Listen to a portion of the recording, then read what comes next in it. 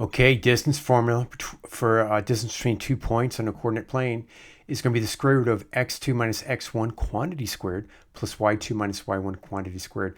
So let's take an example here. Let's say we have these 2 points, 0, 3, and 4, 6. I'm going to label things just to make things a little bit easier. Here's our x1 and our y1, and the 4, 6 will be our x2 and our y2. So the distance would actually be the square root of x2 minus x1. That would be 4 minus 0 quantity squared, plus the y2 minus y1 is going to be 6 minus 3 quantity squared. Going down my next step, it would be, 4 minus 0, we can simplify to 4, so that'd be 4 squared, plus 6 minus 3 is 3, so it'd be 3 squared.